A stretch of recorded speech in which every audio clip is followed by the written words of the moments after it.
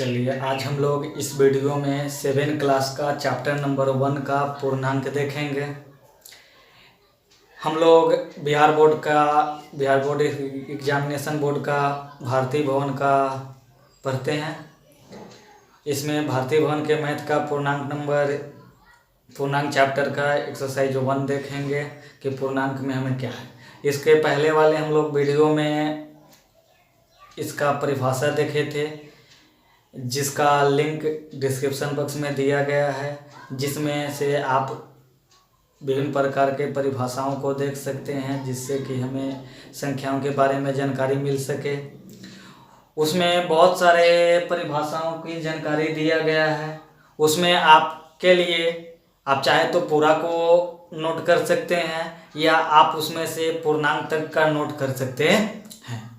तो उस वीडियो को देखने के लिए डिस्क्रिप्शन बॉक्स में दिए गए लिंक पर क्लिक करके आप उसे देख सकते हैं। हम लोग इस 7 क्लास का जो है पूर्णांक, उसमें कुछ नियम हैं, उन्हीं नियमों के बारे में हम लोग क्या करेंगे कि देखेंगे।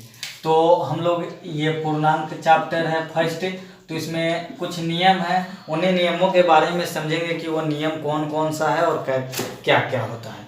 तो हमारा सबसे पहला नियम होता है कि निमीलन या संवृत्त नियम। तो निमीलन या संवृत्त नियम क्या होता है, इसके बारे में हम लोग देख लें। तो देखेंगे कि दो पूर्णांकों का योगफल या घटाव या गुणन, दो पूर्णांकों का योगफल या घटाव या गुणन एक पूर्णांक ही होता है। इसे निमीलन या संवृत्त नियम कहते हैं। दो पूर्णांकों का योगफल, घटाव या गुणन एक पूर्णांक ही होता है, इसे निमीलन या संवृत्त नियम कहते हैं। तो कोई भी दो पूर्णांक ले ले, पूर्णांक किसे कहते हैं, तो धनात्मक और ऋणात्मक यानी कि प्लस और माइनस का जो संख्या होता है उसे पूर्णांक कहते हैं। तो कोई भी पूर्णांक ले लेंगे, उसको जोड़ेंगे या घटाएंगे या गुना करेंगे, तो ये वो एक पूर्णांक ही आएगा, जिसे हम लोग निमीलन या संवृत्त नियम कहते हैं। इसमें याद रखिएगा कि जोड़ होगा तो योग का निमीलन या संवृत्त नियम कहेंगे, घटाव होगा तो घटाव का निमीलन या संवृत्त नियम कहते हैं, गुना होगा तो गुना का संवृत्त या निमीलन नियम कहेंगे। जैसे कि हम यहाँ पर देख सकते हैं कि 5 ये पूर्णांक है, प्लस -8 कर लिए, तो ये 5 भी पूर्णांक है, -8 भी पूर्णांक है। तो इसको हम लोग करेंगे तो हमें एक पूर्णांक ही आएगा। क्यों? क्योंकि प्लस माइनस क्या होगा, माइनस होगा, प्लस माइनस माइनस, तो हमारा ये ऐसे हो गया 5 - 8। अब इसको क्या करेंगे कि ये घटेगा, क्योंकि ये प्लस में है, ये माइनस में, आगे कुछ का चिन्ह नहीं है तो प्लस का चिन्ह और ये माइनस का चिन्ह, तो इसको घटाएंगे तो 8 में से 5 जाएगा तो हमारा बचेगा 3, और इसमें घर से घटाया तो ये माइनस में, तो यहाँ माइनस का चिन्ह दे दिए। तो इस प्रकार से किए तो ये -3 आ गया, तो ये हमने क्या कर लिया कि घटा लिया, तो ये -3 भी हमारा क्या है, पूर्णांक है। इसी प्रकार से इसको अब मान लें कि जोड़े, ऐसे जोड़ ही हमारा दिया हुआ हो तो इसको 8 और 15 को जोड़ेंगे तो 23 होगा, तो ये भी पूर्णांक होगा। या हमें 15 × 7 तो इसको गुना करेंगे तो 105, तो ये भी एक पूर्णांक आएगा। तो ये सब क्या होगा कि निमीलन या संवृत्त नियम कहलाएगा। तो कोई भी दो पूर्णांक ले ले, उसका योग या घटाव या गुना हमारा क्या होगा कि एक पूर्णांक ही होता है, जिसे निमीलन या संवृत्त नियम कहते हैं। तो ये जोड़ में है तो इसको लिखेंगे योग का संवृत्त या निमीलन नियम। जोड़ में होगा तो जोड़ का, ये घटाव, एक मिनट ये जोड़ में नहीं था, हाँ ये भी ऐसे जोड़ में ही था क्योंकि यहाँ पर जोड़ दिए थे तो ये जोड़, या घटाव का होगा तो घटाव का, ये भी जोड़ में ही है तो जोड़ का ही होगा, ये गुना में है तो ऐसे गुना का संवृत या निमीलन नियम। तो इस प्रकार से हुआ।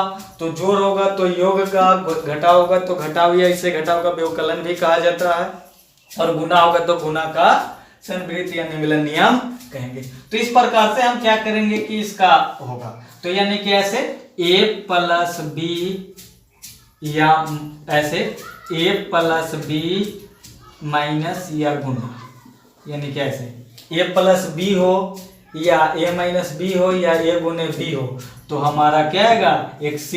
यहाँ पर हम ऐसे लिख सकते हैं कि जहाँ a b और c एक पूर्णांक है। तो इस प्रकार से हमारा ये तीनों, कोई भी a b c तीनों क्या होगा पूर्णांक होगा। तो कोई भी दो पूर्णांक को जोड़ेंगे या घटाएंगे या गुना करेंगे तो वह एक पूर्णांक ही होगा, जिसे योग का निमीलन या संवृत नियम, या गुना होगा तो गुना का, घटाव होगा तो घटाव का कहेंगे। और इस प्रकार से हम क्या करेंगे कि लिखेंगे। तो कहीं पे भी ऐसे दिया हुआ तो गुण का नाम पूछ दे कि ये कौन सा गुणधर्म है तो उसका नाम बता सकते हैं इस प्रकार से। तो इस प्रकार से होगा। तो हम लोगों ने ये पहला नियम देखा।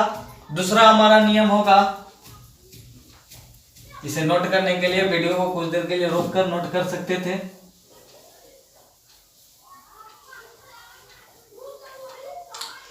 अब इसके बाद हमारा दूसरा होगा क्रम विनिमय नियम। तो क्रम विनिमय नियम किसे कहते हैं, तो इसका देखिए, दो पूर्णांकों का सीधे क्रम में योगफल या गुणनफल, दो पूर्णांकों का सीधे क्रम में योगफल या गुणनफल करे या उसे उलट कर योगफल या गुणनफल करे तो दोनों स्थितियों में मान बराबर होता है, जिसे क्रम विनिमय नियम कहते हैं।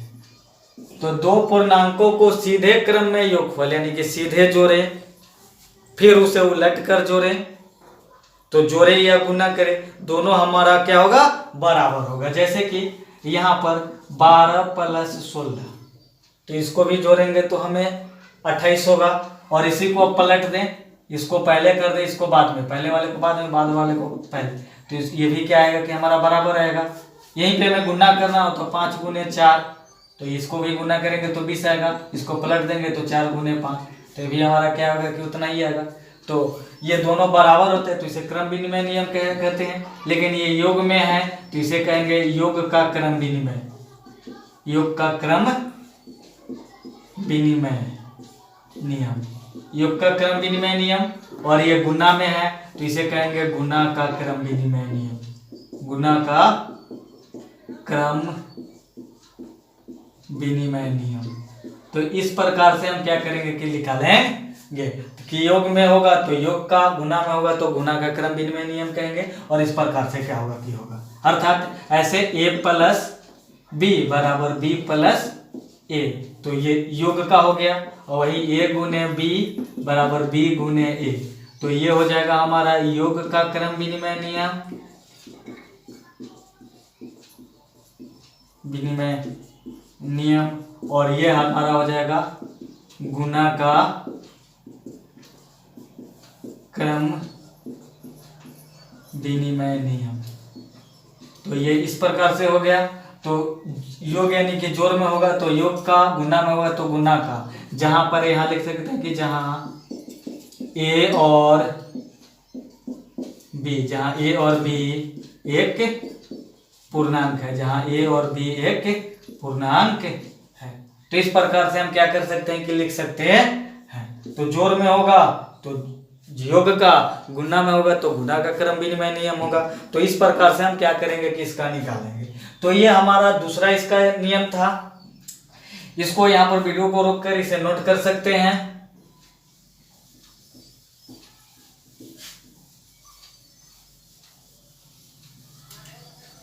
अब हम लोग इसका तीसरा नियम देखेंगे। तो तीसरा नियम हमारा होगा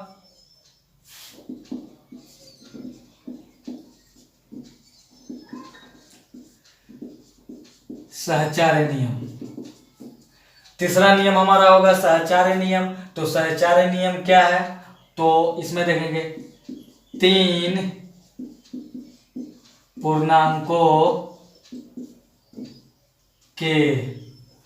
पूर्णांकों के योगफल या गुणनफल। योगफल या गुणनफल, ऐसे इसको अलग अलग भी करके लिख सकते हैं। जब योगफल का लिखेंगे तो केवल योगफल लिखेंगे, गुणनफल का लिखेंगे तो केवल गुणनफल का लिखेंगे। लेकिन हम इन सभी को एक में ही करके बता रहे हैं। तो योगफल या गुणनफल में प्रथम दो का योग या गुना करके अंतिम का योग या गुना किया जाए, या अंतिम दो का योग या गुना करके प्रथम का योग या गुना किया जाए तो दोनों स्थितियों में मान बराबर होता है, जिसे सहचार्य नियम कहते हैं। तो दो पूर्णांकों के योगफल में, हमारा दो पूर्णांक दिया हुआ हो, दो पूर्णांकों के योगफल या गुणनफल में प्रथम दो करें, तीन पूर्णांक हो, तीन पूर्णांकों के योगफल या गुणनफल में पहले दो का गुना या योग कर लें, फिर अंतिम एक का गुना या योग करें, या अंतिम दो का योग या गुना करके पहले वाले का योग या गुना करें, तो दोनों स्थितियों में मान बराबर आएगा। इसे ही क्रम विनिमय सहचार्य नियम कहते हैं। तो चलिए देखिए, इसको अगर ये योगफल का लिखना हुआ तो यहाँ पर दिया होगा कि योग का सहचार्य नियम, तो योग का दिया हुआ तो केवल योगफल का लिखेंगे। ऐसे तीन पूर्णांकों के योगफल में प्रथम दो का योग करके अंतिम का योग किया जाए, या अंतिम दो का योग करके प्रथम का योग किया जाए, तो दोनों स्थितियों में मान बराबर होता है, जिसे योग का सहचार्य नियम कहते हैं। तो केवल योग का पूछेगा तो हम गुना वाला नहीं लिखेंगे, और गुना का पूछेगा तो योग वाला नहीं लिखेंगे। हम इसमें दोनों को एक ही साथ में लिखे हैं। तो अब इसका एग्जाम्पल देखेंगे। जैसे कि हमारा यहाँ पर दिया हुआ कि 18 + 6 + 12, तो ऐसे दिया हुआ। इसमें प्रथम दो का, तो पहले वाले ये दो का योग करके दूसरे को योग किया जाए, तो पहले वाले दो का योग करेंगे तो हमारा 24 होगा, और 24 में 12 जोड़ेंगे तो 36। तो पहले वाले ये दो का जोड़े फिर 12 जोड़े तो हमारा आया 36। या इसी को अंतिम दो का, तो ये 18 + 6 + 12, तो अंतिम दो का ऐसे किए, तो अंतिम दो का करेंगे तो हमारा ये 18 का 18, इसको जोड़ेंगे तो 18, ये आ जाएगा 36। तो ये देख रहे हैं कि दोनों का मान बराबर है, तो इसलिए हमारा क्या होगा, सहचार्य नियम होगा। इसी प्रकार हम लोग गुना का भी देख सकते हैं कि 5 + 6 × 8, 5 गुने 6 गुने 8, तो इसमें ये पहले वाले 2 का गुना कर लें तो 5 6 के 30, और फिर 30 में 8 से गुना करेंगे तो हमारा हो जाएगा 240, या अंतिम 2 का तो 5 गुने 6 गुने 8, तो अंतिम 2 का तो ये 5 का 5 रहने देगा, 8 6 का 48, और इसको गुना करेंगे तो हमारा 240, तो दोनों बराबर है। तो ये हमारा योग का सहचार्य हो जाएगा, योग का सहचार्य नियम, और ये हमारा हो जाएगा गुना का सहचार्य नियम। तो इस प्रकार से हम लोग क्या किए कि देख लिए कि योग का और गुना का सहचार्य नियम देख लिए कि योग का सहचार्य नियम किस प्रकार से निकालेंगे और गुना का सहचार्य नियम किस प्रकार से होगा। तो इस प्रकार से देख लिए। तो इसमें ऐसे होता है, यानी कैसे a प्लस बी प्लस सी, तो इसमें पहले वाले 2 को जोड़कर तीसरे को जोड़े, या a प्लस बी प्लस सी अंतिम वाले को जोड़कर पहले को जोड़े, तो ये बराबर होगा। तो ये हमारा हो जाएगा योग का सहचार्य नियम, योग का सहचार्य नियम। इसी प्रकार से ये a गुने बी गुने सी बराबर ये a गुने बी गुने सी, इसमें अंतिम वाले 2 को, तो ये हो जाएगा हमारा गुना का सहचार्य नियम। तो इस प्रकार से ये हो गया। यहाँ लिख सकते हैं कि जहाँ ए बी और सी एक पूर्णांक है, जहाँ ए बी सी एक पूर्णांक है। तो इस प्रकार से हम क्या कर सकते हैं कि ये सहचार्य नियम देखें। तो हम लोग इस वीडियो में 7 क्लास का ये 3 नियम देखे। आगे के नियम हम अगले वीडियो में देखेंगे। इसके पीछे वाले वीडियो को देखने के लिए डिस्क्रिप्शन बॉक्स में दिए गए लिंक पर क्लिक करके आप देख सकते हैं। यह वीडियो अगर आपको अच्छा लगा हुआ हो तो इसे लाइक कीजिए, कमेंट कीजिए, शेयर कीजिए, और ऐसे ही वीडियो प्राप्त करने के लिए हमारे चैनल को सब्सक्राइब जरूर करें।